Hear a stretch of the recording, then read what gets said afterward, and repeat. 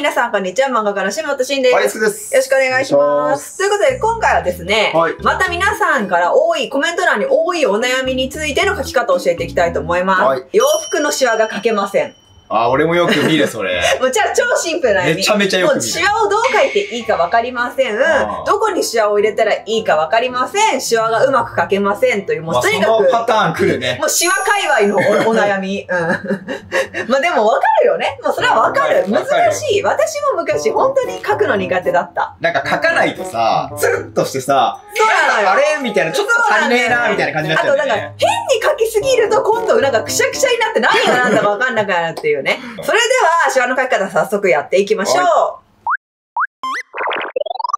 まずはですね、ここに、シンディちゃんと S 君のデッサン人形みたいな絵をもともと用意しました。今回はシワを描く際に、なんとなく中の体の形も理解できてた方が、シワを描くときにはイメージしやすいと思うので、あえてしっかりちょっとこういうピンクの線で当たりを取ってみました。みんなのキャラクターでやる必要はないです。なんとなく脳内で分かってれば大丈夫。じゃあまずはさ、洋服を描こう。今回はシワの描き方だから、まあ洋服はもうざっくり描けてるという体でいきますね。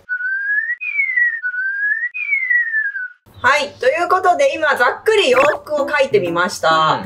今回はあえてシワを意図的に描かなかったから、なんか自分では描きづらかったんだけども、なんかちょっと寂しいじゃない、絵が。まあ確かにね。まあこういう絵柄の人もいるから、正直シワがもしかしたらない方がいいって絵柄の人もいるかも。可愛いタッチだったりとか、あんま描きすぎちゃうとっていうね。まあだけど、これじゃあちょっとあまりにも寂しいから、ちょっとこの二人にシワを描いていきたいと今から思います。で、その時にどういうところにどういうシワを入れたらいいのかっていうのを今一緒に説明していくので、ぜひ見てください。シワを入れるとき先に注意してほしいのが、まず、とりあえず入れとけばいいやっていう感じで、何にも考えずに、ザカザカ線を入れてしまう例。まあ、例えばだけど、こういう風な感じとか、こうやってよくわかんないから、いろんなところにいろんな向きで、とりあえず線だけを入れてみる。まあ、シワだし、みたいな。これ、ちょっとやっぱ良くない例の一つです。で、もう一個が、シワむずいなと思って、勇気を出せずに、超細かく、結局自分が描いた絵を失敗させないために、ちょっとだけププッみたいな感じで入れちゃうっていうね。ちっちゃい線で、細かい線でチュッチュチュッチュ入れてっちゃう。これも良くない例です。シワは私いつも言ってるけど、大胆に思い切って入れた方がいいっていうのがあるので、先にちょっとやるときに心構えとして気をつけてください。考えといてほしいのがね、布の素材によってもシワって変わるの。だから、このシンディちゃんは今回薄い素材です。で、こっちの S 君は厚い素材です。まず布の厚みっていうのを意識します。だからシンディちゃんはワイシャツだったり薄いヒラヒラしたスカートみたいのを今履いてるイメージ。夏とかそっち系のイメージ。そう。で、S 君はパーカーだったり、デニムだったりとか分厚い生地を着てるっていうイメージ。で、まずちょっと描いてきたと思います。じゃあ、シンディちゃんとか、まず S 君に入れていく。まず基本的なシワの一つ目が、引っ張られてできるシワ。重力とか、重さによって布って下に引っ張られるし、例えば誰かがグイッと引っ張ったり、風がブオーって吹いた時に、ふーって引っ張られる。要は布が引っ張られてできるようなシワ。こっちのシワ。そういうこと、そういうシワっていうのは直線的にシュッて長い線が入るイメージ。で描いていきます。例えばどういうところかなっていうと、スカート。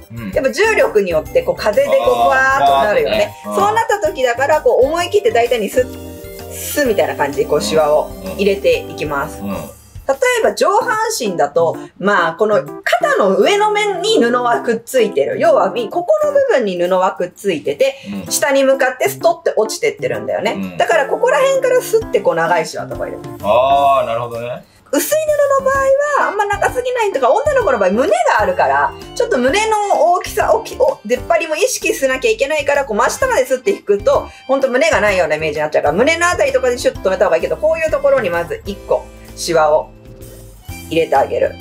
重力で引っ張られたり、風で引っ張られたりするようなシワのイメージです。で次なんだけど、曲げたところにつくシワ。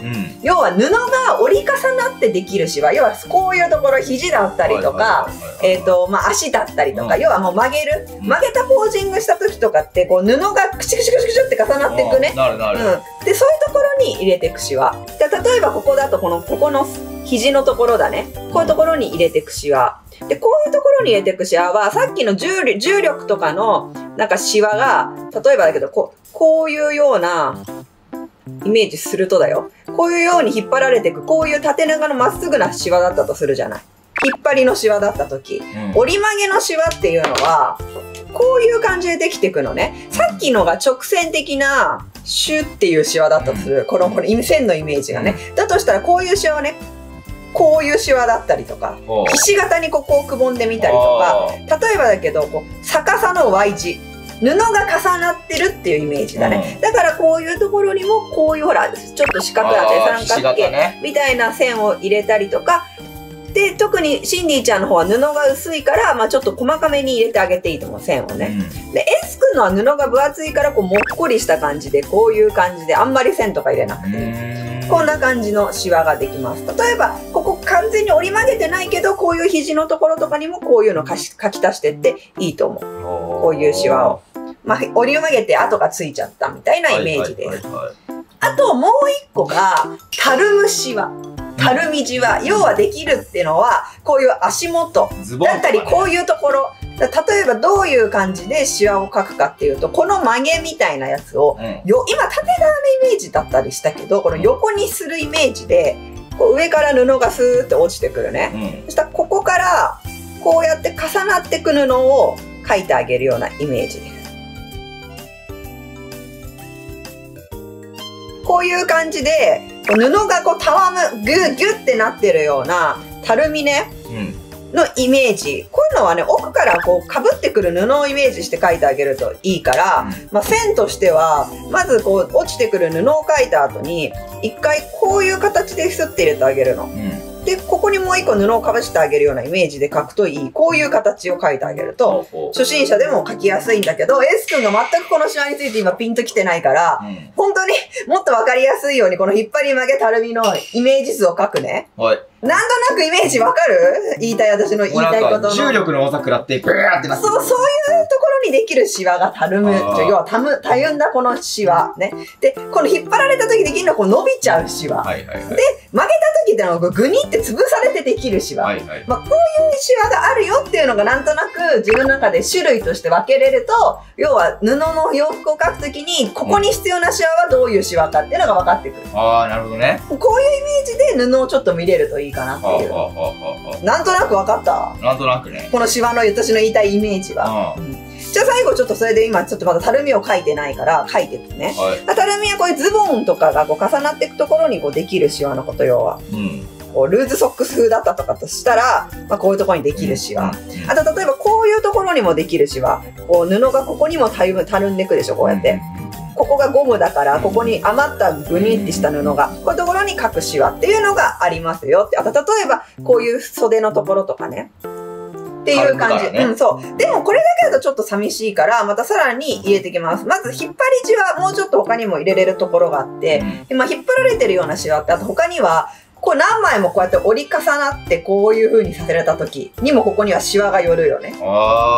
確かにこれも引っ張られてるわな。で、こう引っ張られ、そう、布がこう一斉に同じ位置にこう引っ張られてる。まあ、こういうことがどういう場所で起きるかっていうと、ウエストにインしたスカートの時とかに起きる。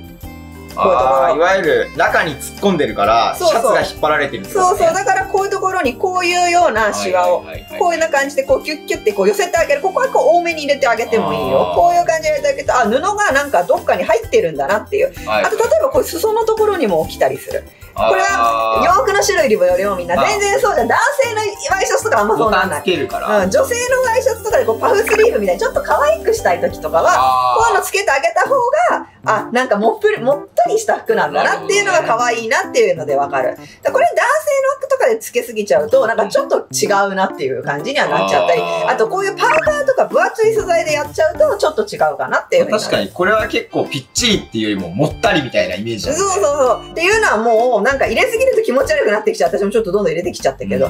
まあだから引っ張り、曲げ、たるみを自分の洋服を見て、ここは引っ張られる。ここはたるんでるな。みたいなところに、まあこの種類のシワを入れてあげれば、なんとなくそれっぽくなるっていうことだよね。あと例えばズボンとかは極力シワあんま入れなくて布がストンって落ちてるものだから。まあだけどデニムとかの場合はこう下のやっぱだからたまりにね、こういうシワを入れてあげたりとか、まあ、膝とかにこうピッピッってこう入れる人はいる子はですね。でも私もそれぐらいだったり、あとまあポッケとかに手を突っ込んでポッケに向かってこういう布が引っ張られていくっていうイメージのシワとかを入れてれば、ね、入れてもいいんだけど、この股のとことかね、まあ、細かくシワ入れていくとね、ピチピチに見えてきちゃうよ、ズボンが。まあ確かに股引っ張られてるみたいになっちゃうもんね。そう、だからあんまりピチピチの洋服を着せてないんだったら、ズボンとかはあんまりシワ入れないで、むしろこういう縫い目とかを入れたり、折り目とかを一生懸命入れる方で、なんか素材感を出して絵を見せてあげる方がいいと思う。っていうの感じかな。